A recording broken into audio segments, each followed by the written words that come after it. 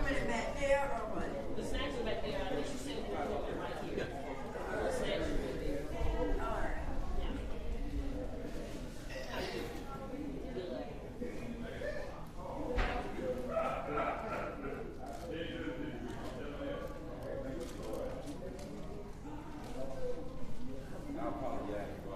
You're fine.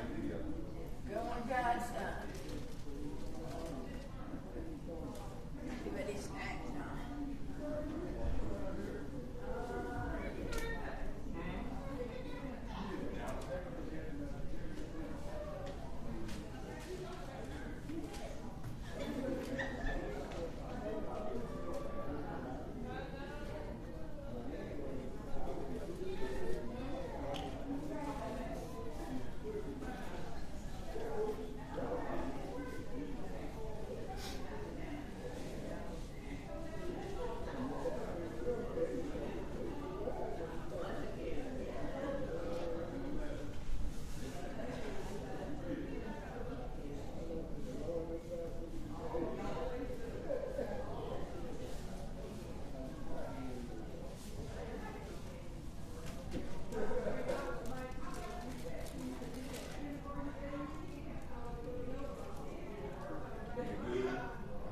I got you.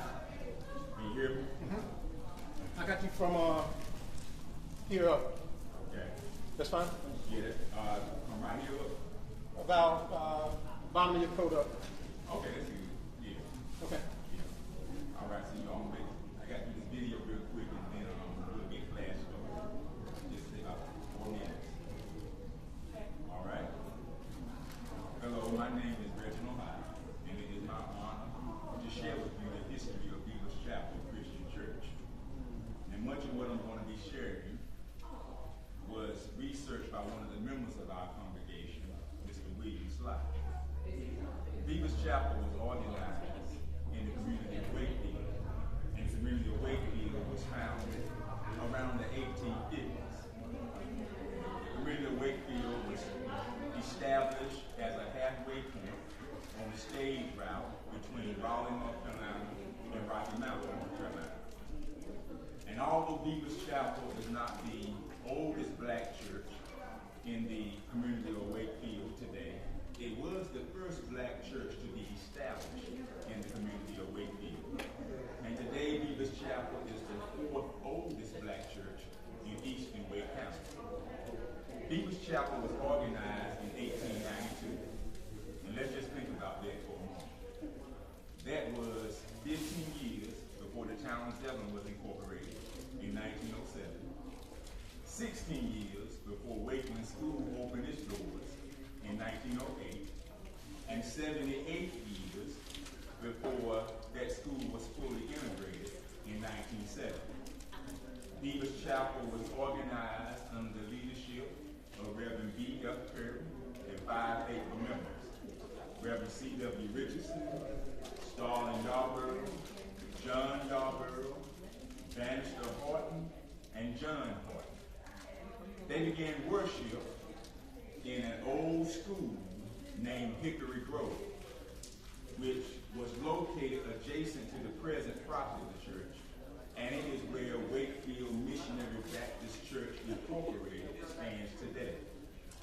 Soon after they began worship, they made an agreement with a man by the name of Sid Horton to build their first church building.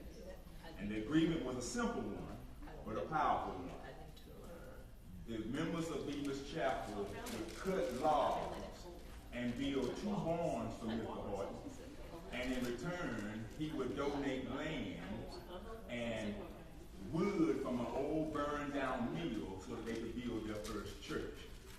So the first church was built at Beaver Creek, which is right around the corner from the present property of the church, thus giving us the name Beavers Chapel. Soon, they outgrew that little small church, so they purchased a property down on Lee Street, and that became the second church home for Beavers Chapel. Where in a few years, they outgrew that church, and they traded that property in for a better location.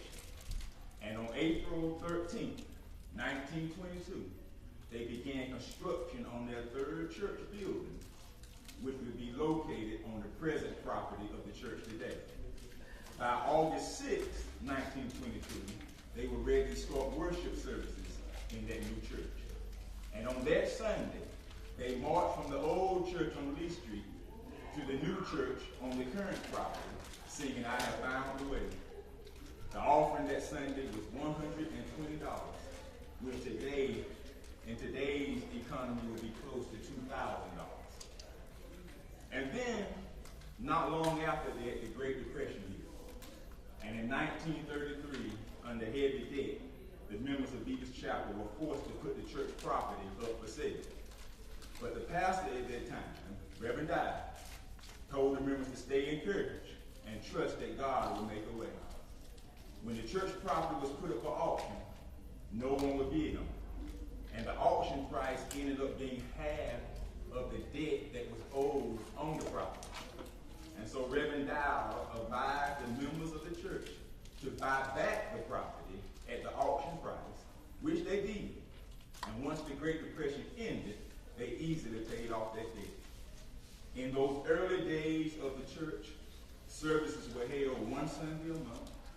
Dues were between 25 and 50 cents. And the speaker on Sunday was paid $3. And then during the 1940s through the 1970s, services increased to 2 Sundays a month. And though the congregation was small at that time, they were committed. They would have Sunday school every Sunday morning, a children's day every June. They had 2 choirs, the note choir and the regular choir. And they would hold revival services once a year, all week long.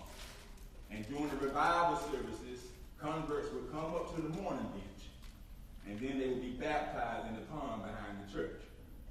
My mother was baptized back there. And then in 1978, under the leadership of Reverend Richard L. Hay, they built the current sanctuary that we worship in now. And so today, we have services every Sunday. And as a native son of this church and of this community, I have been blessed to serve as pastor here since November 2001. From 5 members meeting in an old schoolhouse to a church that survived relocation, the Great Depression, financial hardships, segregation, the civil rights movement, integration, and now the explosive growth of this community, Beavers Chapel has been more than just church buildings. We have been a testimony. Amen. God bless. All right. Thank you all. I didn't know I was going to have an audience. I promised I was going to do that for that presentation they got to do next Sunday in the home. So got that done. Then we ready. All right. I apologize.